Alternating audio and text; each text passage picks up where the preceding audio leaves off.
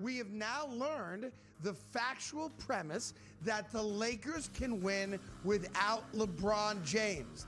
So if you're the guy that was staging your own personal holdout, which I believe he was, and it backfires because the Lakers are 7-2, now you've got no choice but to really double down on the sciatica.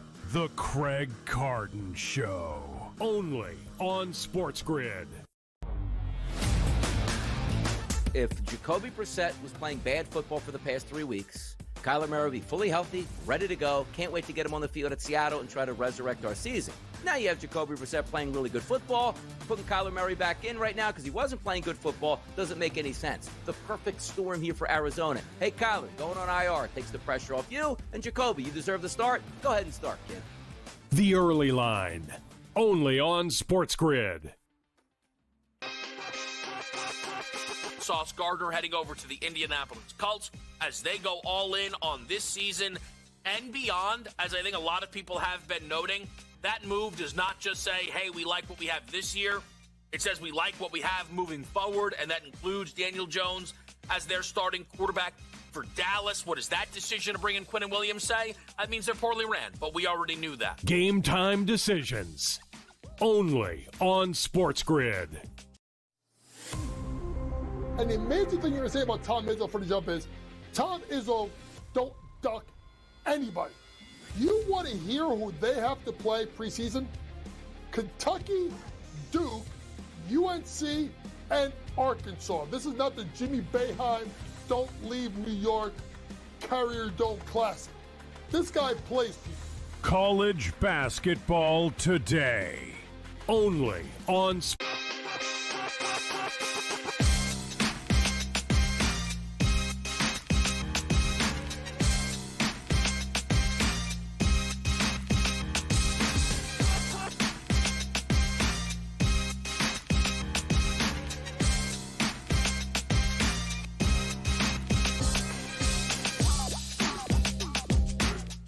Game time decisions with you here on SportsGrid on a lovely Tuesday night, on a delightful November 18th. Why? So many reasons why.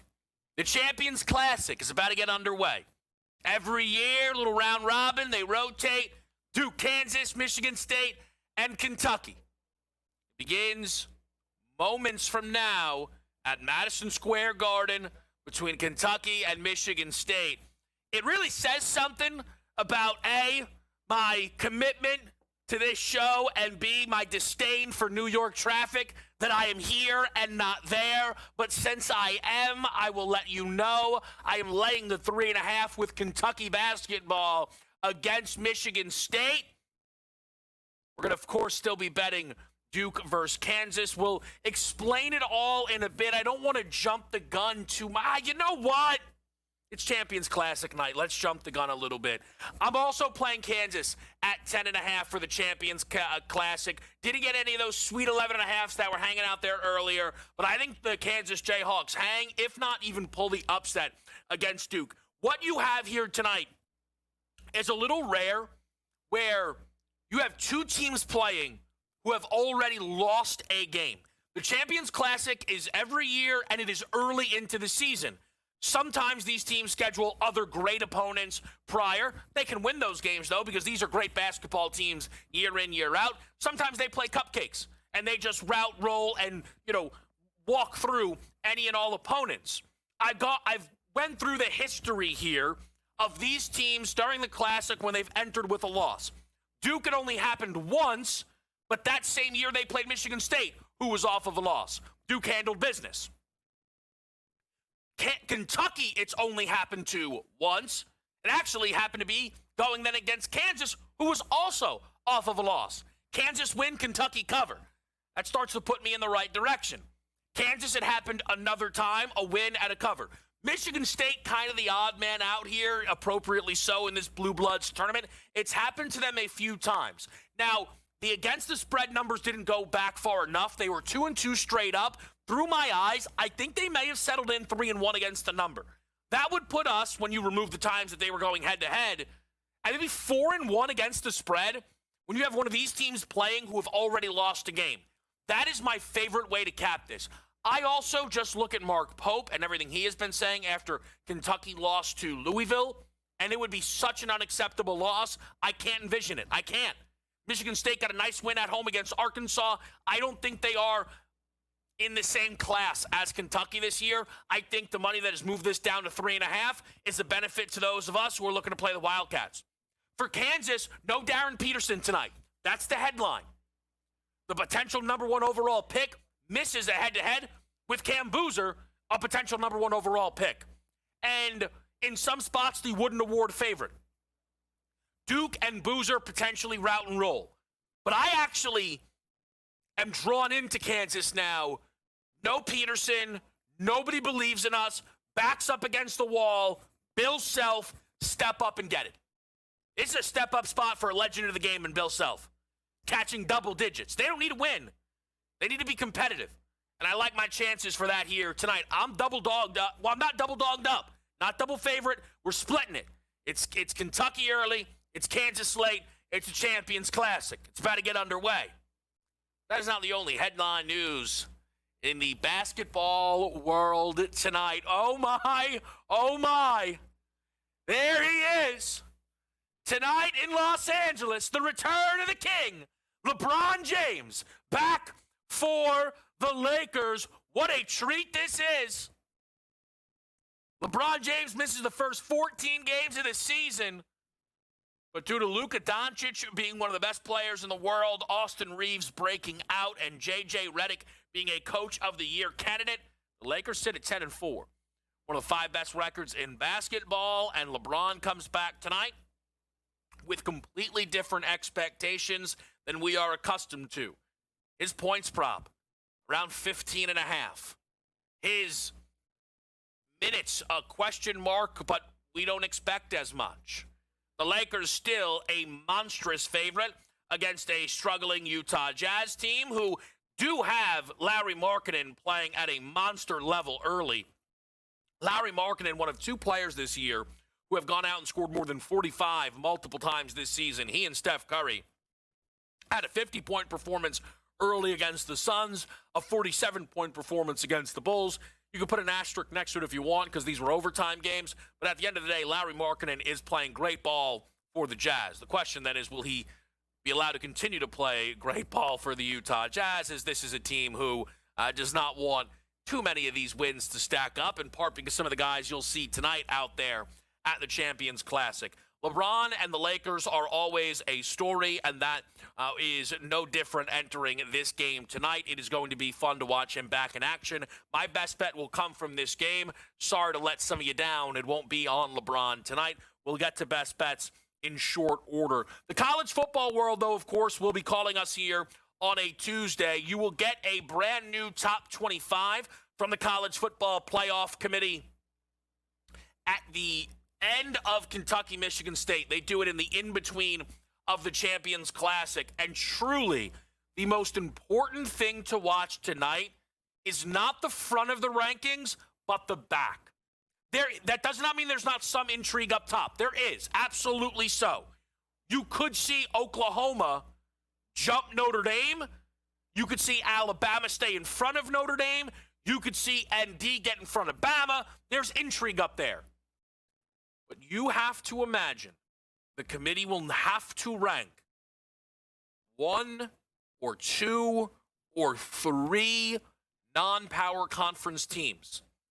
Just for reference, the AP poll, James Madison 21, North Texas 22, Tulane 24.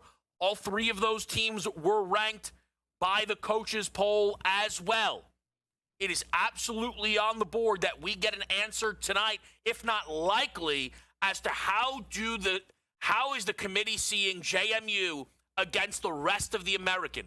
A loss for South Florida, who was ranked last week, has absolutely left that conference on shaky ground now in terms of making it in, paired with Duke, who's everybody, maybe they can get to the AAC championship game. Turns out they just stink. Virginia smashed them, and it is what it is. In terms of college football action on the field, you do have action tonight, a 3-pack of games. That's going to be Bowling Green and Akron, Northern Illinois and Western Michigan, and Ohio is laying 34.5 to UMass. Come on, UMass. Come on, man. 34.5. What would the number be if UMass was playing Georgia, who I think they played like a year or two ago? 60? What are we doing here? 34.5. That is ugly, man. That is ugly. But that is what it is. You do have some ice tonight, if, of course, you are interested. Always a pretty big board on a Tuesday. Out in Vegas, the Golden Knights will be hosting the Rangers. A little bit earlier on in the slate, you will see the Maple Leafs hosting the St. Louis Blues. One thing we will also be getting into here tonight, and I'm really excited about, is our Kevin 7 awards bets that I've made today. One of those, there's a caveat I'll explain. I think you'll be okay with it. Another one of them is 500 to 1. And it's not just a, hey, we can beat the number 500 to 1. And I love those. You guys know that. It's a 500 to 1 that I really believe could cash. I really, really believe. And I think if I can sell enough of you, in terms of beating the number, we could do that by the end of this show. We will get to that here tonight. We've got a great group coming in. Brady Cannon, as always. Next week, Craig Mish stopping by. It's a loaded night. Trevor Lane to talk about LeBron coming back. We get to tonight's card after the break on SportsGrid.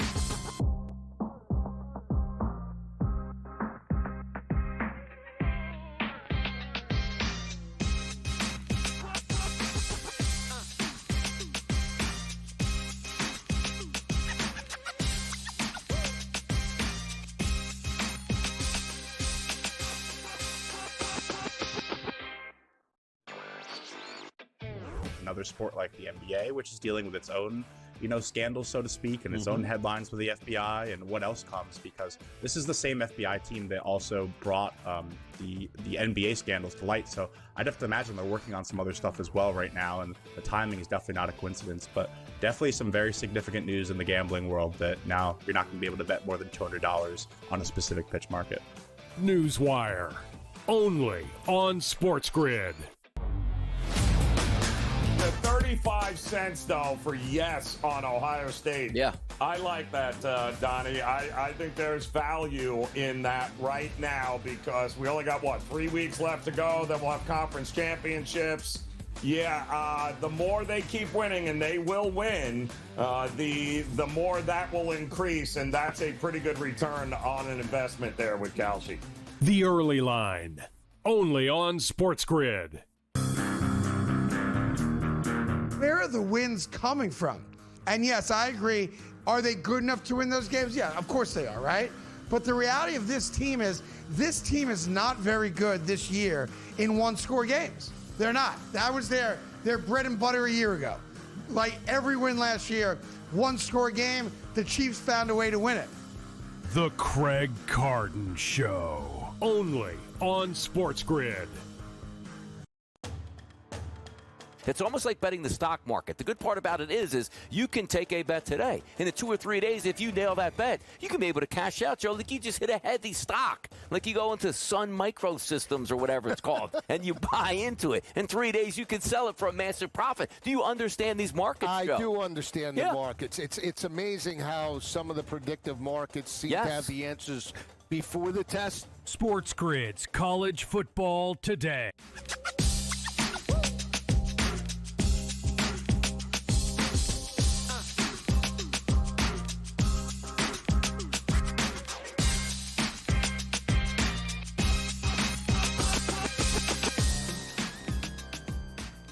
Live on SportsGrid, it is game time decisions. We are following the action at the Champions Classic between Kentucky and Michigan State. Through the first 5 minutes of play, we've got a back-and-forth affair. Some good three-point shooting early from both squads here, as this has been a fun one to follow. What I'm seeing is a 13-12 Wildcats lead.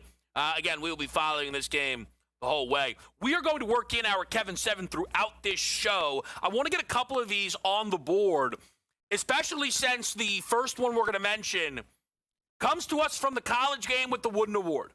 If you take a look early season, there are some guys that are so clearly going to be in this race all year long.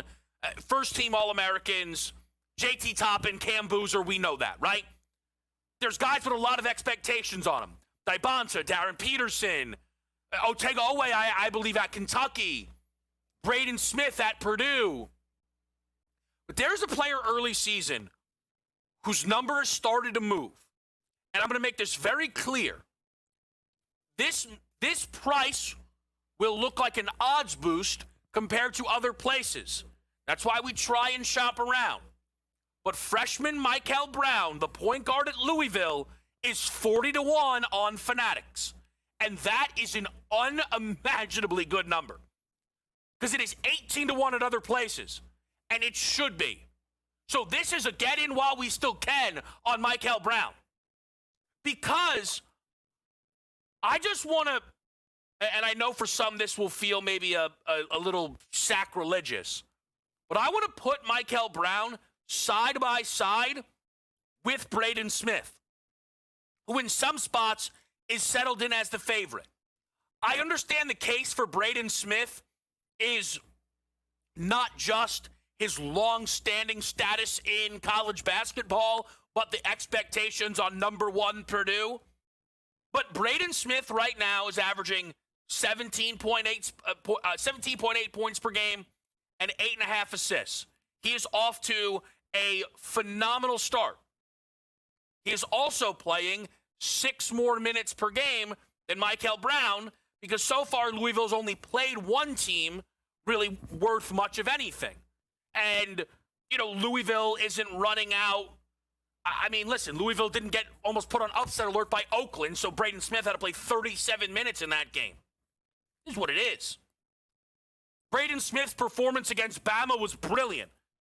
Michael Brown's against Kentucky, in my opinion, was better. The pace of that game for a freshman to dictate it with 29, 10 of 11 from the line was masterful. That was through my lens. We could argue it if you'd like, but Brown is averaging 19.3 points per game, just under 7 assists on a team who, mind you, plays way faster than Purdue. As this team gets into conference play, I think it is on the board that you start to see Michael Brown average comfortably over 20 a game. 22 with 8 or so assists. Statistically, he's going to be there. And flatly, we already know we are getting the best of this number at 40-1 compared to under 20-1 at most shops. Get the best of that number on Michael Brown. He's going to be in the race when we're talking about the Wooden Award. Let's keep it young here. We'll at least get one more in off the top. Tet McMillan for Offensive Rookie of the Year. Tetaroa McMillan was the first wide receiver drafted this past year, yet found himself lagging behind other first-round draft pick Emeka Egbuka. Well, we look at how the numbers are starting to line up.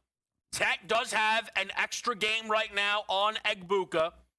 He is up 9 receptions and 31 yards. He does trail him touchdowns-wise. But Tet McMillan is coming off of, I think, pretty decidedly the best game of his career. 8 catches, career high, 130 yards, career high, and 2 touchdowns. He is trending in the right direction. And Emeka Egbuka is incredibly talented. I feel as if what we saw early season from Emeka has not been the same in the last month or so. I know there's a 115-yard game against New England in there. I'm not trying to have not forgetful on that. I was backing Emeka in the game. But let's remember the pedigree of Tet. And we're getting plus 550 on McMillan here.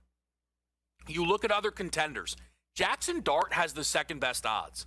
That's outrageous. Jackson Dart may not even play 10 games this season. The Giants are awful. His coach got fired. Who's voting for Jackson Dart? Because he's a quarterback? If Jackson Dart's plus 250, then Cam Ward might as well be 4-1. He's just not going to win it. Tyler Warren has been good for the Colts. He's all of a sudden finding himself in side-by-sides with Colston Loveland, who barely was doing anything until 3 games ago. Tyler Warren has also not been able to crack through on this list. Trevion Henderson, there's not enough runway. They weren't using him enough. That's just what it is. To me, I think we're looking at a two-man race between Emeka Egbuka and McMillan. So I'm getting one of the two guys at plus 550, and he has more pedigree, and he's coming off of the best game of his career. I like my chances with Tet McMillan at plus 550. We'll do one more, because this one will be familiar. Because I've already given it out on this show. I bet it again. Mark Daigneault to win Coach of the Year, 11-1. This featured in our Kevin 7 early at 25-1. I still like it. I still think this is good at 11-1.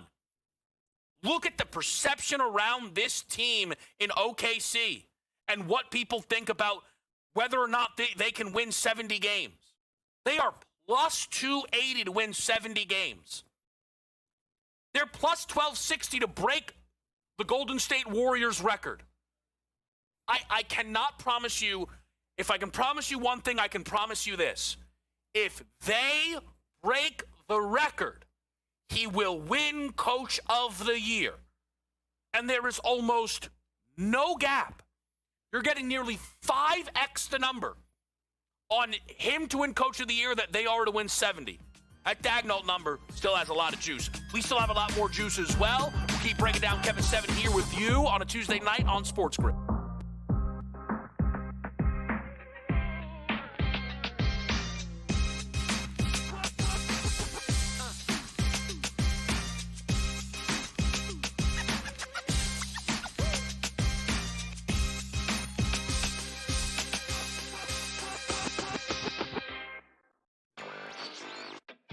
Another sport like the NBA, which is dealing with its own, scandals, so to speak, and its own headlines with the FBI and what else comes, because this is the same FBI team that also brought the NBA scandals to light. So I'd have to imagine they're working on some other stuff as well right now, and the timing is definitely not a coincidence, but definitely some very significant news in the gambling world that now you're not going to be able to bet more than $200 on a specific pitch market. Newswire, only on SportsGrid. The 35 cents, though, for yes on Ohio State. Yeah. I like that, Donnie. I think there's value in that right now because we only got, 3 weeks left to go. Then we'll have conference championships. Yeah, the more they keep winning, and they will win, the more that will increase, and that's a pretty good return on an investment there with Kalshi. The Early Line, only on SportsGrid. Where are the wins coming from? And yes, I agree. Are they good enough to win those games? Yeah, of course they are, right? But the reality of this team is not very good this year in one-score games. They're not. That was their bread and butter a year ago. Like every win last year, one-score game, the Chiefs found a way to win it.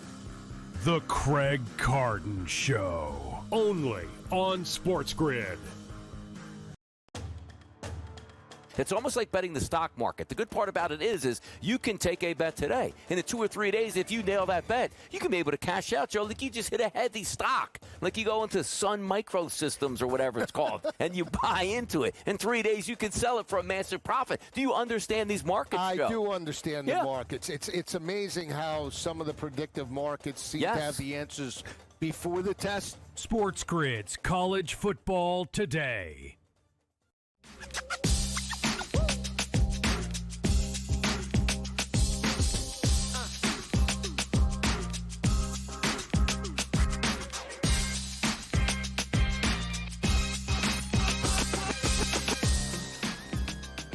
GameTime decisions. We're having fun with you here on a Tuesday night. We will get the remainder of Kevin 7 at the top of the hour. 4 more to come, including a 500-1 number that I really believe the people will be excited to get involved with. I will say early, Michigan State, Kentucky, the 3-point shooting from Sparty, out of control. They've taken 8. They've made 5. That is, I don't know, that doesn't feel kind of what's supposed to be going on here, but it is.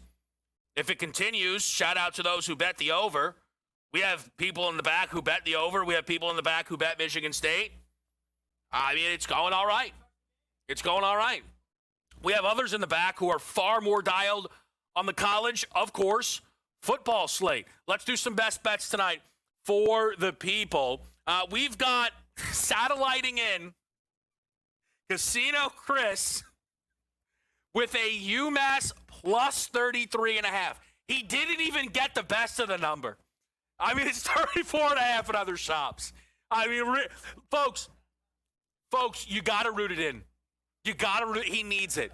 I know he needs it. Like, I'm going to be honest with you. You guys know me. I was all Geno Smith up last night. I didn't have a good night. If you said, Kev, I'm going to root in one of those best bets, root in Chris's. Root in Chris's. He needs that. 33.5. That game lands 34. We're going to have to send him a gift package or something. We're going to have to let him stay home tomorrow. It's going to be a rough night. Western Michigan first half minus the 3.5. Minus 120. Minus 120, and we're laying the hook? I mean, all right. We'll call it sharp then. Plus 120. Suns money line. Mooney line. Phoenix Suns, good? Question mark. Devin Booker, awesome! Exclamation point. We love what we're seeing early season from the Phoenix Suns. Quickly on the NBA board tonight, the San Antonio Spurs laying 6.5. To the Grizzlies, no Ja Morant. No Steph Castle. No Victor Wembanyama. That Wemby absence looms large for San Antonio, and the hot start to the season. That's going to put a lot on the plate of De'Aaron Fox. We'll see how it looks tonight here against Memphis. But for my best bet tonight, Luka Doncic, double-double. I love this opportunity here. Some of these Luka numbers are a touch depressed due to LeBron playing tonight. Understandably, LeBron is going to have more of the basketball than a Rui Hachimura, than a Marcus Smart would. But these aren't normal LeBron numbers, right? Points props about 15.5. Maybe more importantly, though, is a rebounds number at about 5.5. An assist number at around, 4.5. That is atypical of LeBron. And it puts, I think, Luka in the driver's seat tonight. LeBron is, because we have been watching him for 2 decades, right? Like, there are so many different ways you can back players, and sometimes you back guys off of matchups or bounce backs, right? Like LeBron, I think there are opportunities to just get into his mind. What is he thinking entering into this game? And I think LeBron is, let me play a role, right? Let me be whatever they need me to be. I don't need to be on the ball that much. I need to cut. I need to defend. And I think it's going to put the ball in Luka's hands as much as any game this season. I think to almost re-emphasize the pecking order. It's not a message to anyone in particular. It's just affirmation of what I think this team wants to be and how they are designed to succeed through Luka Doncic. Luka did not have a double in his most recent game against Milwaukee, finishing with 9 boards and 6 assists. It's a bounce-back spot from the assists. That's the area I am expecting the 10 to come from, but it doesn't necessarily have to just be through the assist market, because rebounding for Luka Doncic has been great this year. He averages 8.9 rebounds as well as 8.9 assists on the season. I like my chances here with Luka Doncic, who has had a double-double in all 4 home games this season with the Los Angeles Lakers. Other key spots on this card tonight, if you're looking to get involved NBA-wise, Detroit and Atlanta looks fun. Pistons on the road with Cade Cunningham back in the lineup, booked as slight favorites. You've got Orlando hosting Golden State. Steph and the Warriors laying a slight price. No Paolo Banchero, as injuries once again impacting Paolo this season.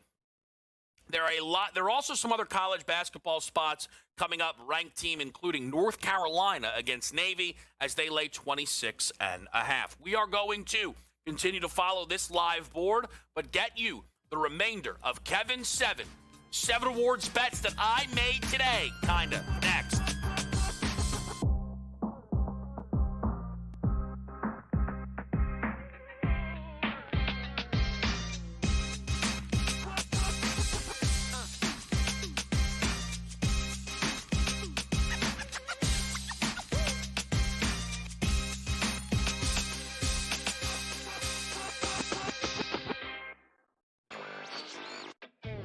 another sport like the NBA, which is dealing with its own, scandals, so to speak, and its own headlines with the FBI and what else comes, because this is the same FBI team that also brought the NBA scandals to light. So I'd have to imagine they're working on some other stuff as well right now, and the timing is definitely not a coincidence, but definitely some very significant news in the gambling world that now you're not going to be able to bet more than $200 on a specific pitch market. Newswire, only on SportsGrid.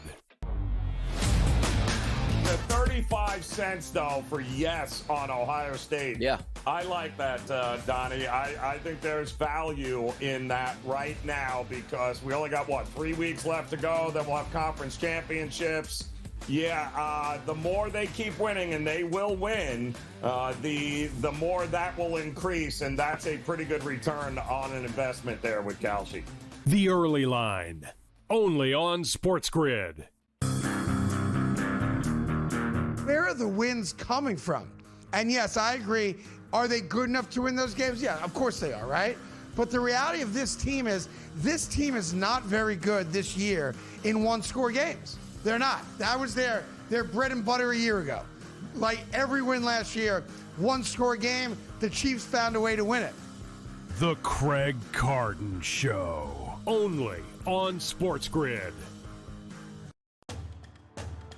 It's almost like betting the stock market. The good part about it is you can take a bet today. In 2 or 3 days, if you nail that bet, you can be able to cash out, Joe. Like you just hit a heavy stock. Like you go into Sun Microsystems or whatever it's called, and you buy into it. In 3 days, you can sell it for a massive profit. Do you understand these markets, Joe? I do understand the markets. It's amazing how some of the predictive markets seem to have the answers before the test. SportsGrid's College Football Today.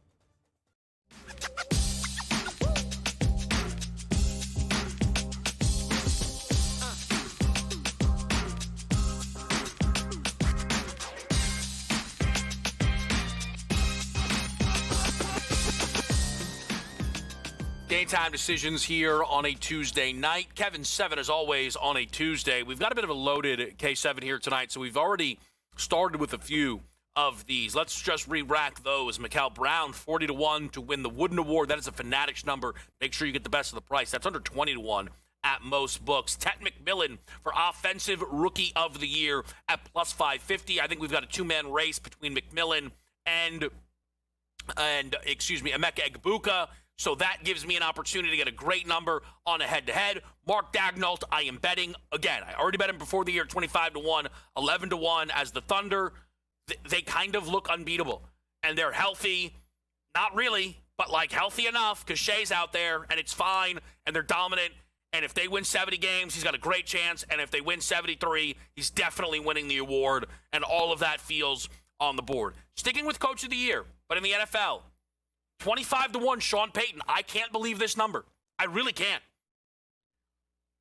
When you think about Bo Nix, he is a perfect quarterback to get the credit to the coach. It's not exactly Daniel Jones, but it's close. And the Denver Broncos, I think, are as live for a 1 seed as New England is or Indianapolis, which is where you find two coaches under 2-1 in Mike Vrabel and Shane Steichen.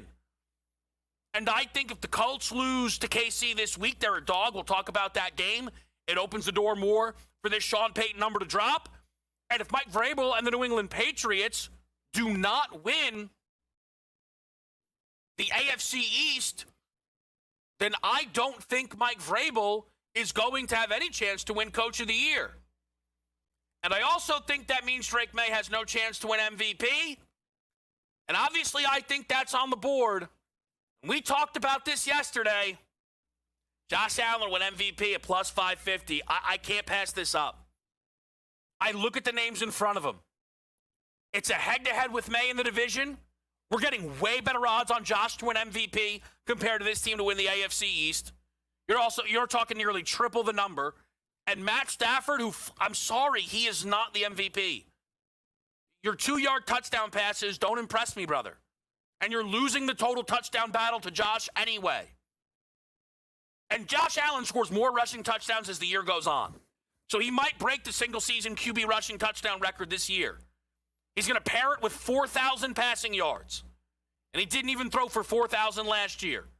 He's going to throw for 30-plus touchdowns. He didn't even do that last year when he won it. And Josh gets so much of the credit in Buffalo. It will be hard, but I think we even have some life if they are a wild card team. I actually do. If they just lose out to New England but beat New England in the rematch, I think it's on the board. Josh wins it at plus 550. 2 more to go. Okay, so this is me being cute, but this is the real way to bet this. Jeremiah Love to chase the Heisman. I don't think Jeremiah Love is actually going to win it because Jeremiah Love needs to average about 350 yards per game over his next 2 to get to 2,000 yards. And that might be, it actually might be more than that. And Genti last year had nearly broke the record and had 29 rushing touchdowns, and it didn't work out. When Derrick Henry won the Heisman, he had 2,028 rushing touchdowns. Mark Ingram ended up with around 1,700 yards and about 20 or so touchdowns, I believe. Here's how I see it for Jeremiah Love. They have 2 games left. They're playing Stanford and Syracuse. Both awful, both allow tons of points, and both set up for Jeremiah Love to run roughshod if Notre Dame wants.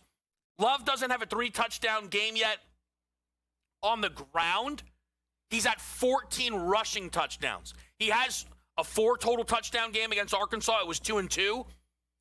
I will be betting Jeremiah Love for 3+ touchdowns. I'm going to be curious at a 4+ touchdown number.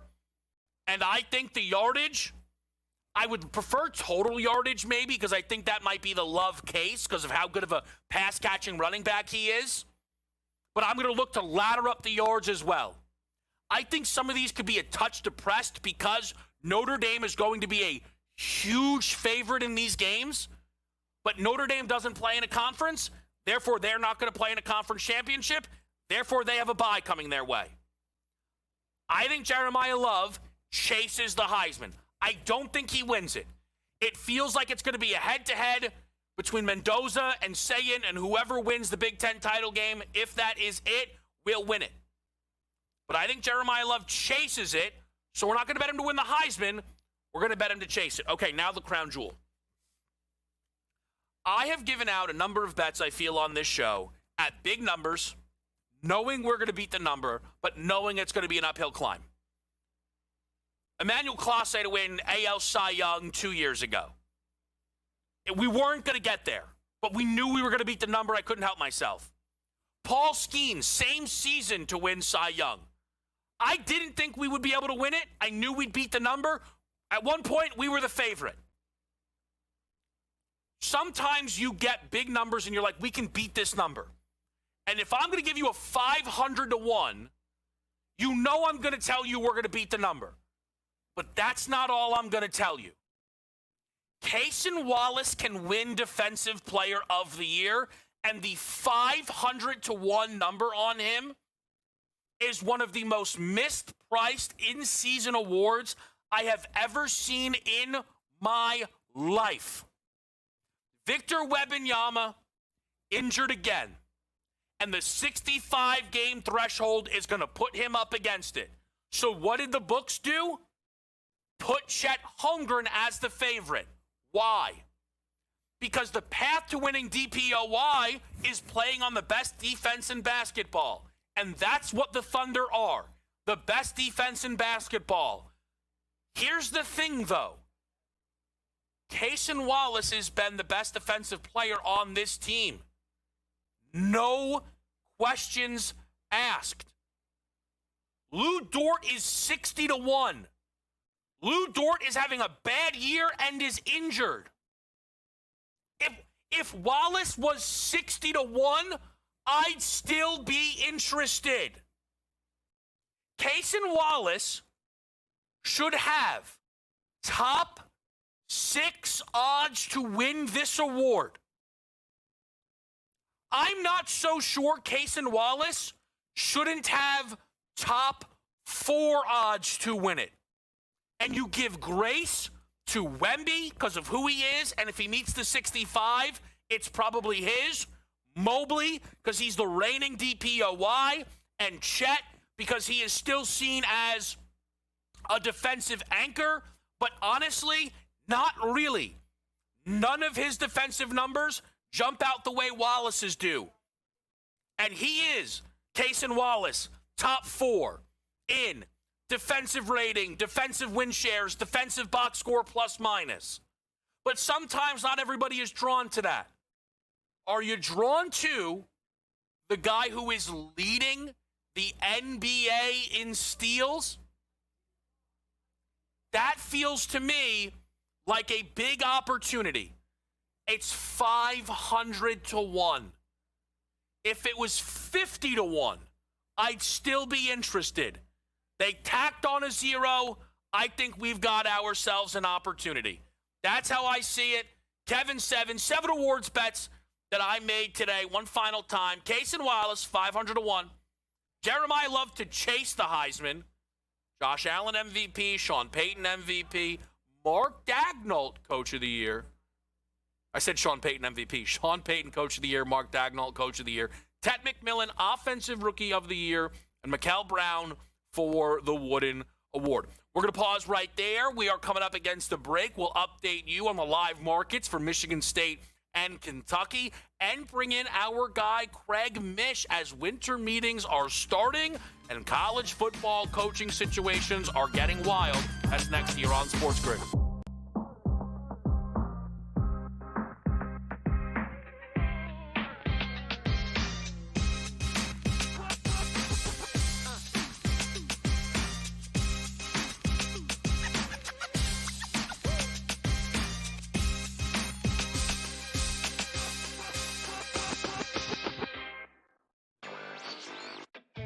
Another sport like the NBA, which is dealing with its own, scandals, so to speak, and its own headlines with the FBI and what else comes, because this is the same FBI team that also brought the NBA scandals to light. So I'd have to imagine they're working on some other stuff as well right now, and the timing is definitely not a coincidence, but definitely some very significant news in the gambling world that now you're not going to be able to bet more than $200 on a specific pitch market.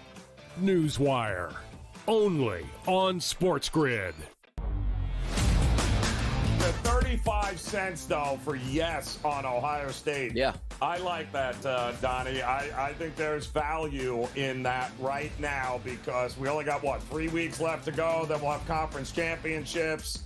Yeah, the more they keep winning, and they will win, the more that will increase, and that's a pretty good return on an investment there with Kalshi. The Early Line, only on SportsGrid. Where are the wins coming from? And yes, I agree. Are they good enough to win those games? Yeah, of course they are, right?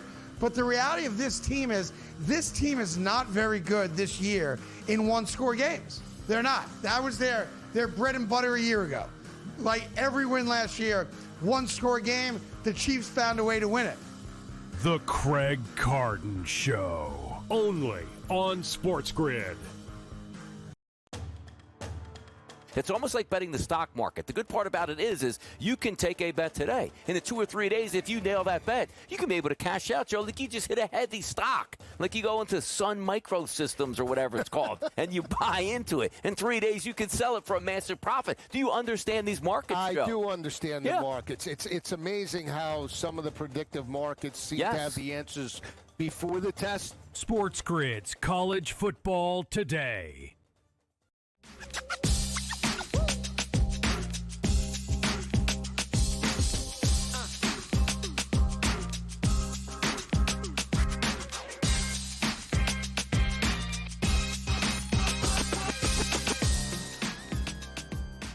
All right, live at the right here. It is game time decisions. Just a quick update with Kentucky and Michigan State. Sparty's offense is continuing to light it up from downtown, 7 of 12 from beyond the arc. They've got 40 points here with still 3 minutes to go in the opening half of this game. Kentucky's offense still a bit of a mess, though. This is a team with a lot of preseason hype around them, and a loss here is going to bring a lot of questions around this Kentucky team. There are still a few good, out-of-conference games that they'll have to try and right the ship, but this would be a concerning one, and it is early for Kentucky. We're going to stick with the college world, but maybe switch things over to the football side of it as we bring in Craig Mish. You can catch Craig each Monday through Friday here on SportsGrid with Newswire. And Craig, I want to ask you a little bit about the college world because there is a situation going on in Mississippi that feels very, very unique to me. But you have a great understanding of how sometimes these things work and, applying pressure, how serious. So to set the stage for, anybody who may not know, Lane Kiffin, currently coaching Ole Miss, has caught the attention massively of both LSU and Florida who want to make him their head coach. And everybody knows it, including Ole Miss, who have seemingly now given Lane Kiffin an ultimatum that he needs to decide if he is staying or going before their next game. It is 2 weekends from now. But what is mind-blowing to me, Craig, about this is if Lane says, fine, I'll go, Ole Miss projects as a playoff team, and I have no idea what they do if Lane Kiffin has to quit in the middle of the year. Well, first of all, Kevin, thanks for having me. Appreciate it. So, my insight on this tells me is follow. In reporting, following this story, the story that you just mentioned about them wanting a decision from Lane Kiffin hasn't gotten enough press and attention to make me believe that that's actually true. It's not to say that there's false reporting going on. I just get the sense that there's a lot of misinformation being thrown around here in this time of the year with college football athletes and with coaches in general. That tends to happen. This is not me discrediting any reporter. It's just the sense that I get. So I think that when you have a coach like Lane Kiffin, Kevin, and he's as coveted as it is, Mississippi acts the opposite way as to what you're hearing, which is, hey, man, take your time. We know this is a tough decision.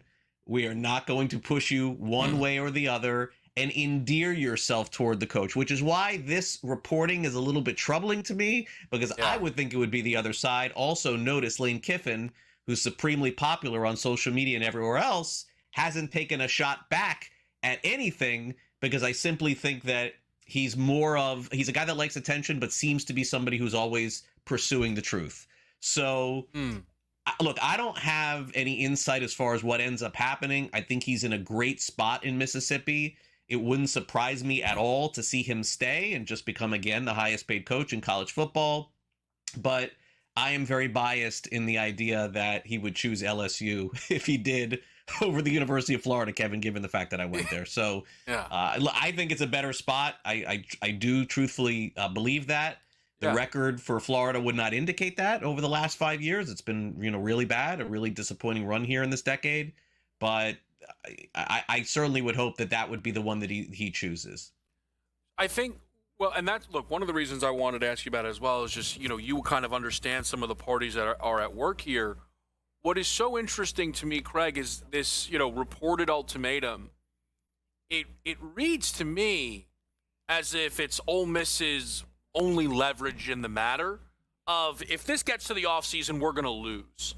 Florida and LSU are better jobs. Everyone can pretend that in the portal era it's all equal, but it's not, right? I think we know that about college sports. To pretend, hey, in the portal era, Duke and UNLV, can't tell them apart. It's like, that's not true.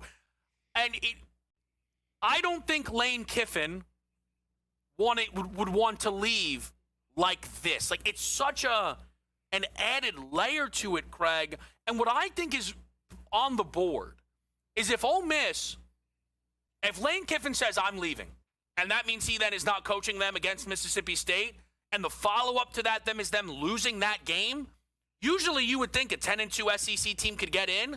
I wonder if the committee holds it against them that they don't have a coach and would keep them out of the playoff. If I'm not mistaken, Kevin, didn't he leave as coordinator of Alabama before they played in the national championship game? I thought he was fired, though.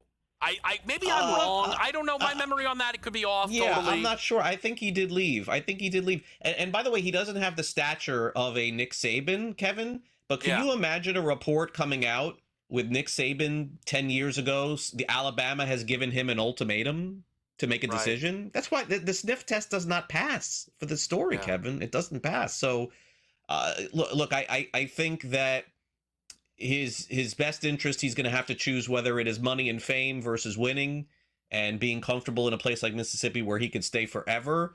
He could have stayed at Florida Atlantic. He was very popular in Boca Raton too, and then he ended up taking the job in Mississippi. So, the sense I get is he seems to be a guy that does love the attention and the magnitude of being in a better place. So I am in agreement with you. I do think he'll probably end up leaving, but I don't know where that's going to be. And by the way, we don't know that it could be somewhere in the NFL also.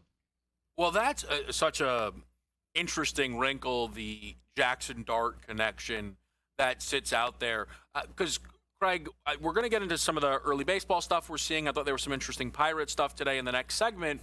I've been telling Lisi, much to his chagrin, that I think Mike McDaniel saved his job in the Buffalo game alone. Now, they've played another game since that and have won, but would you say that Mike McDaniel getting these now 2 wins in a row has majorly shifted his ability to stay? TBD. I would say this has got to be. Yeah, I'd say that you got to play out the rest of the season. Kevin, they did not look good at all against Washington. No. So I don't think that. I think it made people feel better about his coaching ability in that Buffalo game. But if you go back and take a look at the last 15 or 20 games that McDaniel has coached, you're talking about 4 or 5 good offensive performances. I think they need to see another 5-6 games. Yeah, I think that is totally fair. My read is just everything that goes good, they're going to give him credit, and the bad stuff will be on Tua, but it's still a long way to go. We're going to talk about some of the early stuff baseball-wise with Craig after the break on SportsGrid.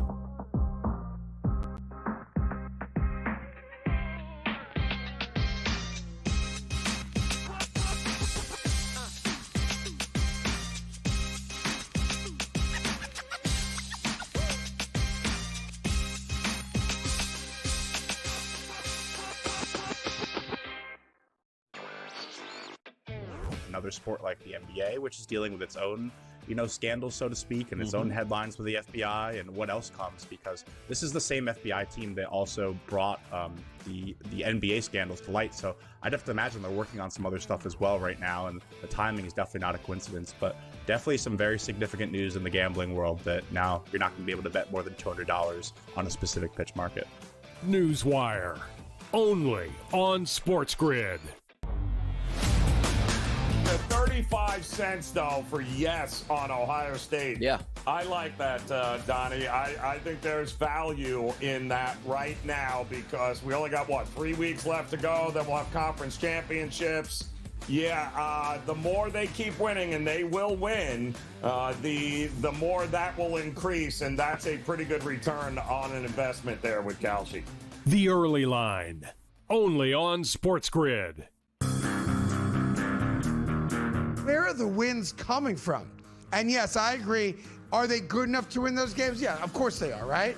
But the reality of this team is not very good this year in one-score games. They're not. That was their bread and butter a year ago. Like every win last year, one-score game, the Chiefs found a way to win it. The Craig Carton Show, only on SportsGrid. It's almost like betting the stock market. The good part about it is you can take a bet today. In the 2 or 3 days, if you nail that bet, you can be able to cash out, Joe. Like you just hit a heady stock. Like you go into Sun Microsystems or whatever it's called, and you buy into it. In 3 days, you can sell it for a massive profit. Do you understand these markets, Joe? I do understand the markets. It's amazing how some of the predictive markets seem to have the answers before the test. SportsGrid's College Football Today.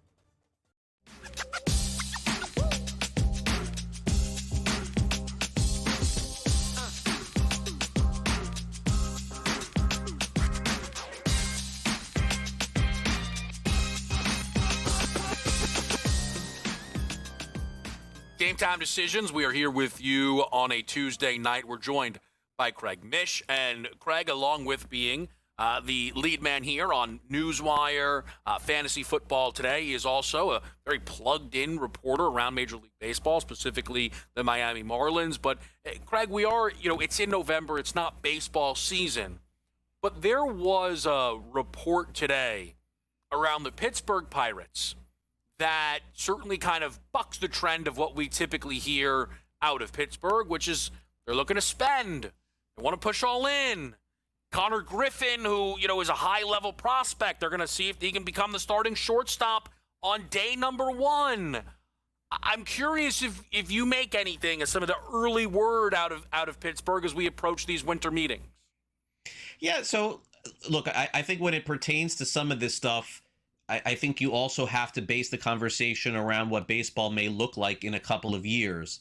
And I think that it's probably a credible idea that the Pirates would like to get more involved in free agency. They would like to potentially get some players that could be with their team this year and beyond. And Kevin, let's not get it twisted. If there's a new collective bargaining agreement in a couple of years, it may be better to get ahead of this now and get a few players, because everyone's going to be coveting the best players. If there's a salary cap and salary floor in a couple of years, it'll be just like the NBA and just like the NFL. The second that free agency hits, Kyle Tucker in the NFL, he's signed. That's it. Day one, it hits 12 o'clock. We find out the next day what team he's on. That's what baseball's going to be like. So maybe the Pirates view this as if, well, my gosh, like, we're going to be in for stiff competition. It's going to be even tougher for us to hit that floor number. Let's get ahead of it now, get some guys under contract for the future like Kyle Schwarber. But the one thing that I would say, Kevin, that has not been accounted for here is this is Kyle Schwarber, who won a World Series with the Cubs, who went to World Series with the Philadelphia Phillies. Is this guy willing to spend the final years of his career in Pittsburgh, regardless of what the money looks like? I don't think so. So regardless of what the report is, I think Schwarber's going to want to play for a winner. Yeah, I think that is very, very likely. I think if Schwarber were to be wooed over by Pittsburgh, it wouldn't only be financially. You would probably need someone like Paul Skeens to have to do some of that player-to-player recruiting, which then kind of leads into some of the stuff we heard around Skeens. Now, appropriately, we've already discussed not every report, just because it's sourced, means it's true. And, hey, here's the new gospel. Some player said, Paul Skeens definitely wants to be a Yankee. He's dreaming about being a Yankee. And I think this sometimes happens to a team like the Pittsburgh Pirates. We see this where it's, inevitably this guy will be a Yankee or a Dodger. Do you put anything into this Yankee Skeens chatter we heard as the season was coming to a close? No, I don't. But I would say that once Juan Soto got traded, that kind of changed the landscape of Major League Baseball when you can trade a generational player like that. I'm not talking about Bryce Harper leaving and signing with Philadelphia. We're talking about Juan Soto, who's probably going to be a Hall of Famer like tomorrow, being dealt by Washington, which was just crazy to think at the time. And I thought that was going to rebuild their franchise story for another day. They got a lot of good players. It didn't work out. But so because that happened, I'm never giving 100% on anything. But Skeens, to me, Kevin, goes into that as close to Juan Soto as can possibly be. So this is one of my Michael Jordan 99.9% chance. I think Skeens remains a Pirate forever and they sign him long term. I cannot see them allowing him to go play somewhere else, even above where, I know Scooble rumors are out there, but even above where Scooble is. I mean, Skeens is younger and, I think he stays in Pittsburgh forever. I think he is. We had this debate at some point during the middle of the season. I think he's one of the, let's just call it, 5 biggest stars in baseball. Yeah, I think it's not just the talent. I think he matters. Gotta keep him. A lot. I gotta keep him. I agree. Also, and let me just say this in case anybody's like, here's a Yankee fan. The Yankees do not operate like this. Their fans pretend that, everybody wants to be a Yankee, and even sometimes when they do, the Yankees don't pull the trigger. They go, we actually can't afford that, and then we'll go and get this. So I think it being a specifically Yankee-driven thing is like an outdated idea, and I don't think that. I think for Pittsburgh, the best path forward is to have Paul Skeens, but also it is always fun to wonder, hey, if we traded this guy, would we be able to completely retool the franchise forever? Craig, we appreciate it, as always. Sure, Kevin. Thanks for having me on. Make sure you guys do check out Newswire Monday through Friday right here on SportsGrid with Craig, as well as Fantasy Sports Today. We're going to talk about LeBron's return to the Los Angeles Lakers tonight after the break right here on SportsGrid.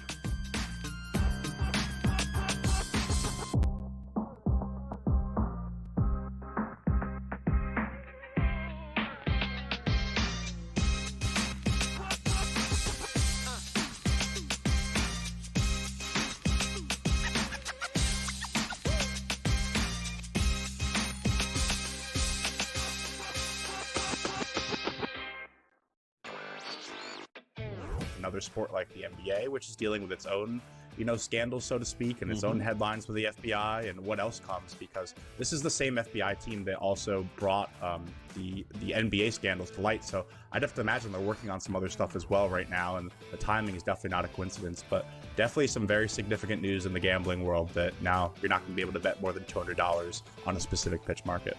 Newswire, only on SportsGrid. The 35 cents, though, for yes on Ohio State. Yeah. I like that, Donnie. I think there's value in that right now because we only got, 3 weeks left to go. Then we'll have conference championships.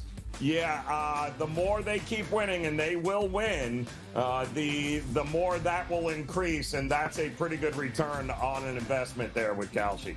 The Early Line, only on SportsGrid. Where are the wins coming from? And yes, I agree.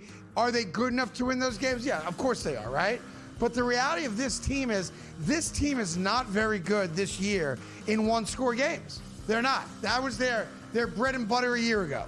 Like every win last year, one-score game, the Chiefs found a way to win it. The Craig Carton Show, only on SportsGrid.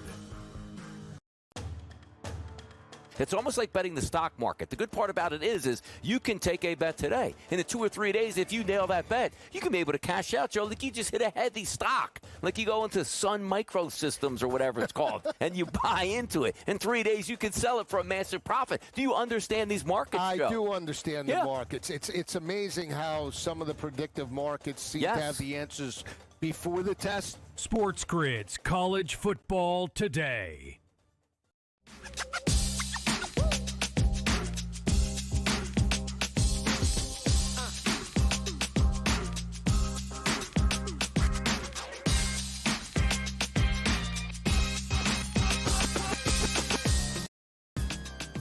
Game time decisions on SportsGrid on a Tuesday night. And I believe we will see LeBron James for the first time this season. Luckily enough, I know we will see Trevor Lane right now as he joins us here. You can find him on Twitter at Trevor Lane, host of Lakers Nation. And Trevor, I mean, this has been a moment. You and I actually spoke, I think, right before the season got underway about, what would be the timeline for LeBron. This is maybe a bounce later than people thought, a bounce earlier, maybe depending on who you are. It's right in that sweet spot. LeBron returning to a 10-4 Lakers team, though in a weird way, has caused some people to have some weird conversations like, they're 10-4. What is LeBron going to be? How do you feel about LeBron likely returning and making his debut this season here tonight against the Jazz? Yeah, I mean, right now he is still officially questionable to return to the Lakers tonight, but it's sounding like it's going to be a go. You never know. There could always be a reversal, but right now, sounding like he is going to play tonight against the Utah Jazz, and I think that's exciting for the Lakers. Yes, they're 10-4. You dig a little deeper into the advanced metrics, and you can see where the Lakers maybe are a little bit fortunate to be 10-4. In terms of, you look at the turnover rate that they've had and some issues with in terms of their field goal percentage and things of that nature, particularly from three. They've had some issues there. So, but they're 10-4, which is great on the season for the team, but they're not going to reach their ceiling without LeBron James. And so him coming back, this is, I think, a very positive thing for the Lakers. You get him back in the fold. There's going to be some bumps in the road in the early going. He's going to have to adapt to the team. They're going to have to adapt to him. But ultimately, if they're going to get where they want to go, they need a healthy LeBron James. So this is a very positive step forward for the Lakers, even if it is a little bit rocky in the early going. Can I ask Trevor what you think the thing LeBron will add to this roster the most? Like, in what way is he the most important to this iteration of the Los Angeles Lakers?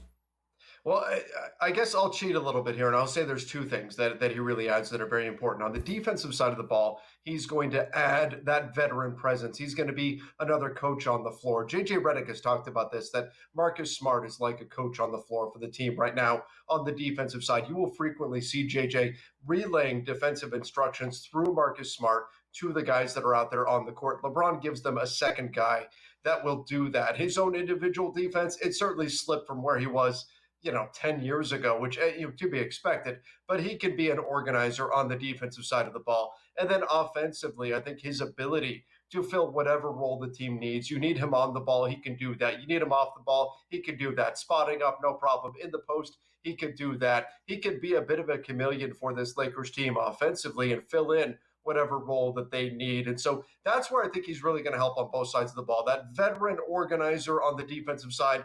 Offensively, he could be a ball mover, he could be a scorer, he could be a passer, whatever it is that you need from him, he can fill that role and certainly be a positive presence on both sides. So that is what I think LeBron is going to bring to this team.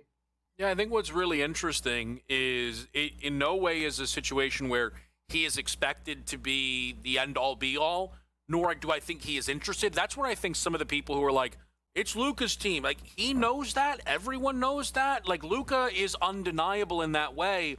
I think the more interesting question to me, Trevor, is this team capable of simultaneously having Luka at the top and then maximizing Reeves and LeBron? Or is there some redundancy there where this team could potentially, end up in a position where they think, hey, you know what? We can make a more complete roster in moving one of these guys. That is a belief of mine without attempting to be hot takey or anything, which is where I think so much of this comes from with the Lakers. I'm curious what you think about that. No, I think there is a very logical and reasonable place where you can look at it and say there's redundancy on this roster, particularly on the offensive side of the ball when we talk about LeBron and Luka and Austin Reeves. And in some way, Austin operates as kind of a mini Luka, right? With the way that he operates out of the pick and roll. It is especially effective there. He can play off ball, but he's certainly at his best with the ball in his hands. Now, I think where people get tripped up is with the LeBron James piece. There's this idea that LeBron has to have the ball in his hands. He is this ball dominant player. Everything has to run through him. And that's, in fact, not true. If you look at historically, LeBron has been that, but because his teams have been at their best when LeBron is in that role. LeBron has been asking literally since 2019 for other players to take on more of the offensive burden. He did it first with Anthony Davis, then bringing in Dennis Schroeder, Russell Westbrook, on and on. He's been wanting other players to take on more of the offensive burden. So I'm not that worried about LeBron in an off-ball role. He can be very, very good in that situation. But the question is going to be the Luka and Austin balance. Can the Lakers figure that out and figure out exactly what it's going to be? You don't want your turn, my turn to be the dynamic between those two. So that's a big part of the questions going into the season for the Lakers. It's a big part of the question that is still existing for this team. How do you ultimately make it all work together? LeBron, Luka, and Austin Reeves. And that's what they're going to spend the season trying to sort out before they get into the playoffs. But it is not a hot take at all. It's a very reasonable place to land. And it's something that JJ Redick and the Lakers are going to try to figure out as we advance here in the season. And they have plenty of time to do that. And you and I have talked again in the past about the Lakers potentially as the deadline approaches, looking to make a move. They have to strengthen the front court. What might it be?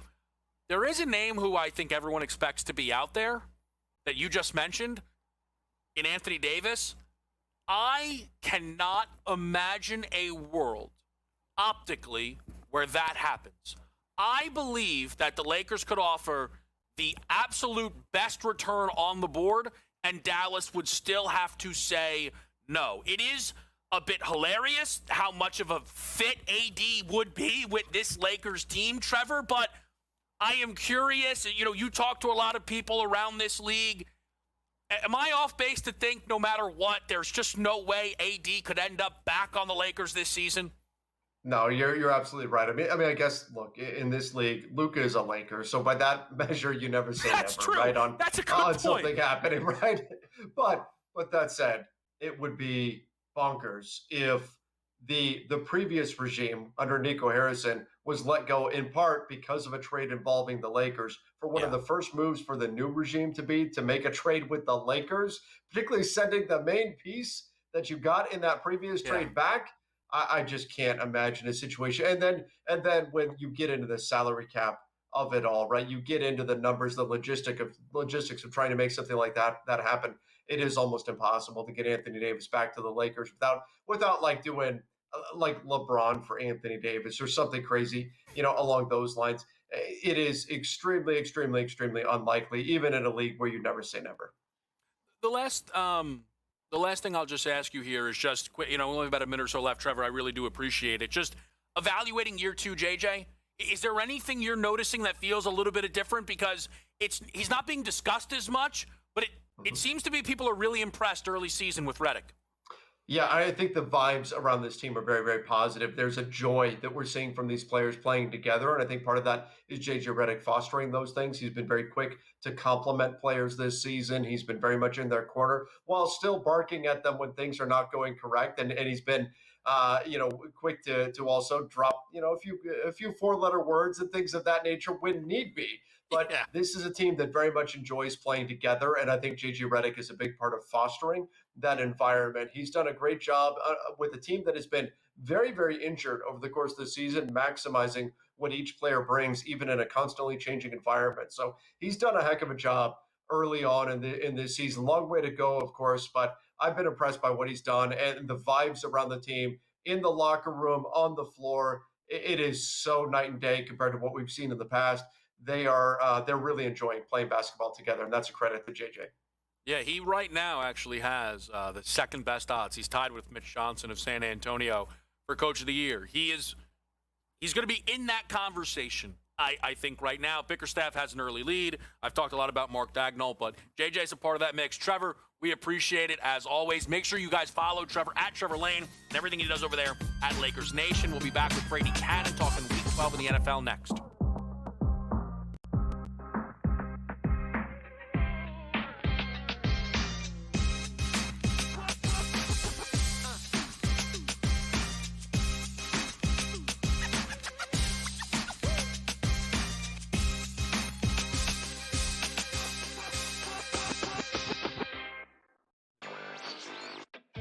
Another sport like the NBA, which is dealing with its own, scandals, so to speak, and its own headlines with the FBI and what else comes, because this is the same FBI team that also brought the NBA scandals to light. So I'd have to imagine they're working on some other stuff as well right now, and the timing is definitely not a coincidence, but definitely some very significant news in the gambling world that now you're not going to be able to bet more than $200 on a specific pitch market.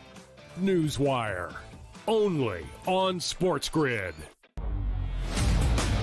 The 35 cents, though, for yes on Ohio State. Yeah. I like that, Donnie. I think there's value in that right now because we only got, 3 weeks left to go. Then we'll have conference championships.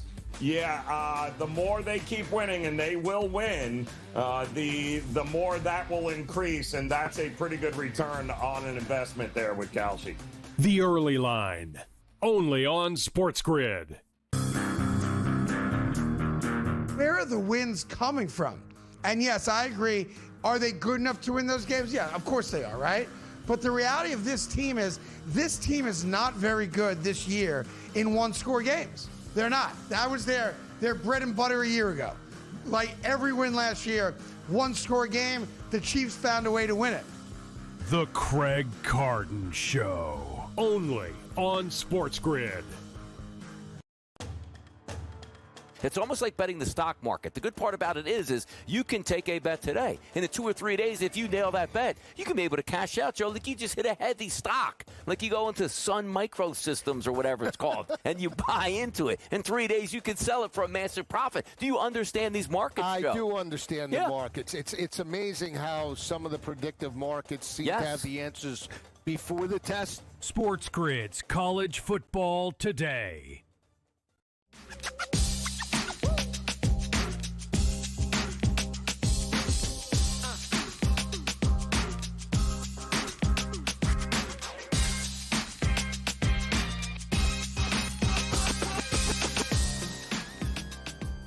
Game time decisions here with you on a Tuesday night. Half number 2 of Michigan State, Kentucky getting underway. Sparty leading 44-27 at the break. We'll follow that one in-game live. I'm sure we'll be having a close eye on it as well. But on this Tuesday, we always like to take a look at the early NFL lines. I know these come out Sunday night. We give them a little bit of time to move around, and we do that with Brady Cannon. Brady, always great to check in with you. How did Week 11 go? All in all, we feel all right about it? Great. Yeah. I think I had my best week of the year just as far as record-wise. I was 4-0 just on my own personal bets. The dogs have started to bark again. We had that week or that stretch, I think it was about 3 weeks in a row, where the favorites were just cleaning house. Yep. And, you just couldn't get an underdog to hang around. It was blowouts. It wasn't a good watch.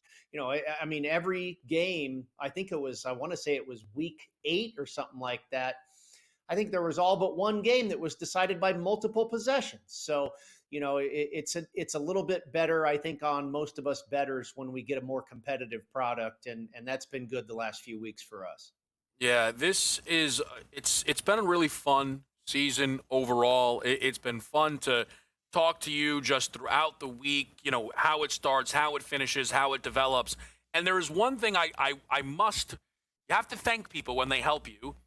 Thank you, Brady, for giving me just a little bit of extra confidence to trust the Tennessee Titans. Just a little bit. Now listen, when that was they tested our patience, didn't they? I was not having a good time. End. Whoa, my goodness. Jefferson, the Florida Gator, got in the end zone late. I was convinced Woody Marks, because he's a rookie, was not going to know any better, and if he broke a tackle, was going to score the touchdown. I was like, someone get this kid. Someone get this kid. But it worked out just fine. As we start to look towards this upcoming NFL slate, it does not feature as many marquee matchups as last week. There are a few, and it's going to be really interesting. Has any one or two lines really caught you by surprise early? Well, I tell you what, Kevin, I missed on a few of these double-digit numbers. And I don't know if this is true for everybody. I think it is true for some odds makers sometimes. I think once we get to double digits, it's really hard for me personally to figure out, okay, where's the number going to be? Is it 10? Is it 10.5? Is it 12? Is it 14? Is it 17? I think it's a lot easier for me to figure a line's going to be 3 or 4 or 5 or 6. But once we get into double digits, it's really difficult. And so, I made the Seahawks 11.5 and it opened at 13. I made the Ravens 10.5. It's at 13.5. And one of the reasons I was thinking there, now it's not worth 3 points, but it's a division sandwich here for the Baltimore Ravens. They come off of that game against the Cleveland Browns last week, and then next week I think it's the Bengals, if I'm right. And in between here is the lowly Jets. So I do believe that's worth something. I don't think it's a great spot for Baltimore, but again, that was one I was off on. And then the Giants and the Lions, I made it 12.5. It's 10.5. Jackson Dart, you figure he's probably going to go. The Lions injuries, are how many of those guys that weren't in that game on Sunday night are going to be back this week? That's a factor as well. So some of those bigger ones, I was off a few points or what have you. But like I say, I think that's really hard to judge. The one that has my eye, and boy, I've lost a lot of money over the years betting against the Patriots. But, this looks like a bad spot for them. They're probably about as high as you can get right now in terms of the NFL stock market, and the Cincinnati Bengals are pretty darn low. So it's that buy low, sell high situation here. Right now, the Patriots are 8. I think it might go higher. And I might just try and sneak in on the Cincinnati Bengals as a home dog here and see if I can catch one. But boy, like I say, the Patriots, it's been a long time since I've been able to get them right, especially when going against them. Yeah, I will say with that game, I figured, you'll likely see the full touchdown, right? Maybe there's a bit bounce over it. But it is one of those games where you look at it and you're like, yeah, they'll probably lose. And I mean New England. I do, because that is sometimes how upsets come, right? Like, teams do not go unbeaten. And not that they've already have losses this season. I know that. But I totally agree with you. And not even necessarily through spot last week with Jacksonville and the Chargers. We talked about it on your show. Yep. Jacksonville, the stock could not be any lower. Yeah. After that, they blew everything at Houston, and the Chargers look like world beaters in front of the entire country on Sunday night. I think it's similar here. Everybody's starting to buy into this Patriots story that, they're going to win this division running away. And okay, now let's see how they do on the road against a team that basically everybody thinks is god awful. And they're not necessarily wrong, but I think it's starting to get a little inflated on the Patriots side. I made it 7. It opened 8. There's not a whole lot of difference there, but I might be betting the dog here. One game that has flipped, though likely through injury news more than anything, though in a way, I'm not sure. I guess the limits are low. They can afford to. But, I don't know what they were expecting. In New Orleans, Atlanta, This started with the Falcons as a favorite. I don't know who thought Penix was going to be the quarterback, and I don't know who thought London was going to play. I guess they did, or I guess bettors did. I looked at this, and I was like, wow, we'll be on the Saints this week. But now that it's flipped, I'll probably be too annoyed to play it. I'm not surprised, though, that New Orleans is the favorite in that game, Brady. Well, you bring up the Drake London injury, and I had not considered that. Obviously, Penix, we know, is not going to be around. And now this is kind of about the third time that we've seen Cousins, certainly at least the second and a half time, if you will. Yeah. And the more reps, you can't believe that this guy's just going to continue to be awful. I made it 2.5 in favor of the Falcons. I don't want to play the Saints as a favorite, no matter what. Mm-hmm. I know they're off of a bye week, but that's probably a stay away game for me, for God's sakes. I mean, the NFC South Conference is almost a stay away entirely.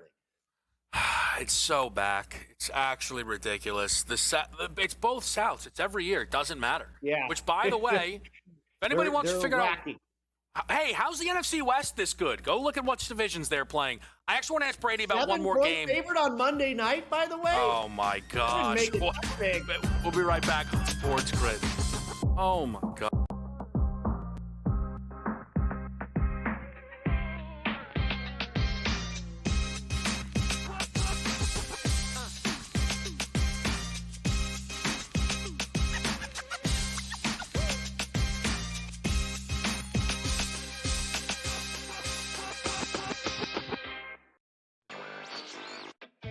Another sport like the NBA, which is dealing with its own, scandals, so to speak, and its own headlines with the FBI and what else comes, because this is the same FBI team that also brought the NBA scandals to light. So I'd have to imagine they're working on some other stuff as well right now, and the timing is definitely not a coincidence, but definitely some very significant news in the gambling world that now you're not going to be able to bet more than $200 on a specific pitch market.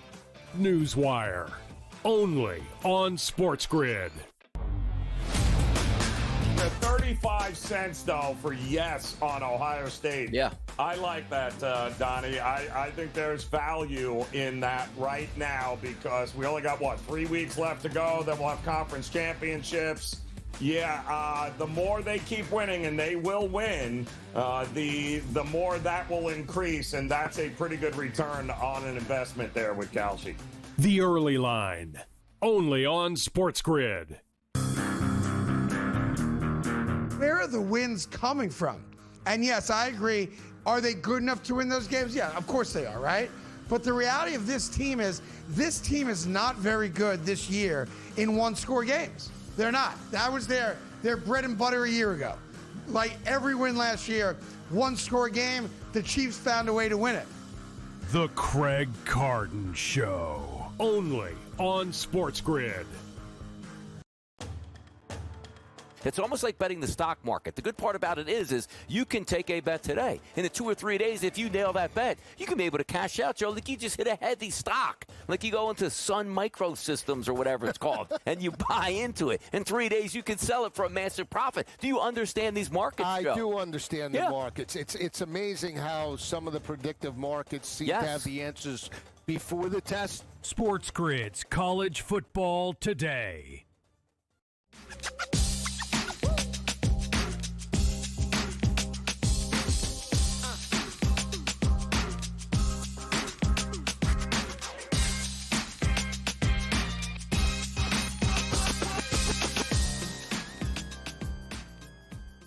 All right, we are back with you right here on a Tuesday night on SportsGrid. It is game time decisions. What we are going to do is talk about one more NFL game, get golf picks from our guy Brady Cannon, and then we'll close it out with best bets and everything else to come here on tonight's slate. But Brady, there is a game I told you during the break I wanted to ask you about, which is the LA Rams and the Tampa Bay Buccaneers. 6.5 almost everywhere. A bit of a pricey 7 I see at least in one spot. You said something caught your attention about this game. I'm wondering what it is. Yeah, I was trying to figure out this line, and I originally made it 8 because I was looking at the Buffalo Bills, who closed as 6-point favorites, and they covered that pretty easily. And I figure the Rams are a little bit better than the Bills, certainly a better defense. And so let me make the Rams 8. And then I looked at the opening line, or I looked at the opener and saw it was 6.5. And I said, okay, what am I missing? I think it's the difference in home field advantage. The warm weather team from Tampa Bay going to Buffalo into that environment, you probably give a little more to Buffalo in that situation. Not the case at SoFi, a controlled atmosphere, what have you. Baker Mayfield and company probably going to be a lot more comfortable there. Maybe Bucky Irving comes back. But I adjusted and I said, okay, I'm going to make it 7. That's what I feel comfortable with. I was off there, I think, not accounting for the weather situation in Buffalo, and I don't know if that's correct, but it makes sense to me. I mean, I absolutely love the insight on the process, and I think for me in this game, as someone who, I have my little notes, and in summary, I was like, yeah, I think this could be 4.5, but also I somehow closed. Can I get 7? I think I knew where this was headed. I find myself interested in Tampa Bay as they are being sold across the board. It's okay if they're not a clear-cut top 5 Super Bowl contender. It doesn't mean they can't hang with the Rams off of one of the biggest games they've played all season long. Good point, for sure. Brady, golf-wise, what's catching your attention? Where are we? I won't make the mistake of being like, is there golf? Obviously, there's golf. What do we have? Well, there's not going to be golf for a little while. This is the last event of the FedEx Cup Fall. Yeah, pretty much, one silly season event that Scotty Scheffler's the 2-time defending champ. I'll probably be on him for a 3rd time. And then we flip the calendar over to 2026 and start, the 2026 season in Hawaii. So this is the last, tournament where guys are trying to get into the top 100 in the FedEx Cup standings just to keep their job for 2026. So a lot on the line here. We're in St. Simon's Island, Georgia. I've actually played this course at Sea Island. Fun tournament. And I went with a bunch of long bombs here. I started with Nico Echeverria at 50-1, Seamus Power at 65-1, Mac Meisner at 70, Stefan Jaeger at 100-1, Chris Ventura at 100-1, and Lee Hodges at 105. So a 6-pack there. Half of them at triple-digit odds. We'll see if we can hit a bomb here down in southern Georgia. Awesome. Well, we'll root them in, Brady, and I'm sure we'll check in again before we head off into the weekend. Thanks so much. I want to just quickly update everybody on the live board here, and we do have your college football slate pretty busy. Bowling Green up 6-3 on Akron. Northern Illinois up 13-0 on Western Michigan. Not great. Not great, Sam Wyther Sports Cry. But let me just say this. I asked everybody to root it in for Chris. UMass 7-0 starts the game, 7 right now. I appreciate everybody rooting it in. But at what cost?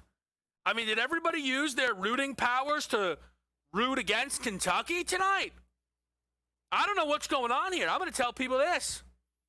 Second time this year, a 3.5-point ranked college game.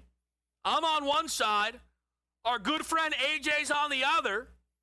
And he's over there in the control room doing handstands, backflips, and all that watching this game. He's told me, he goes, my shoulder hurts. I have to keep going like this for all the threes.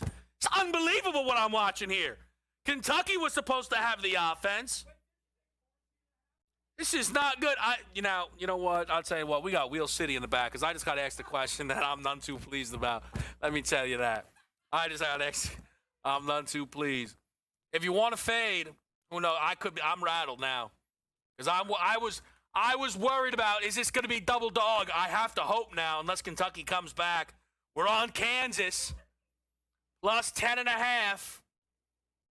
No, I didn't bet Kentucky plus 14.5. Someone asked, can you believe? Luka, double-double bailout special. LeBron is back. Enjoy it.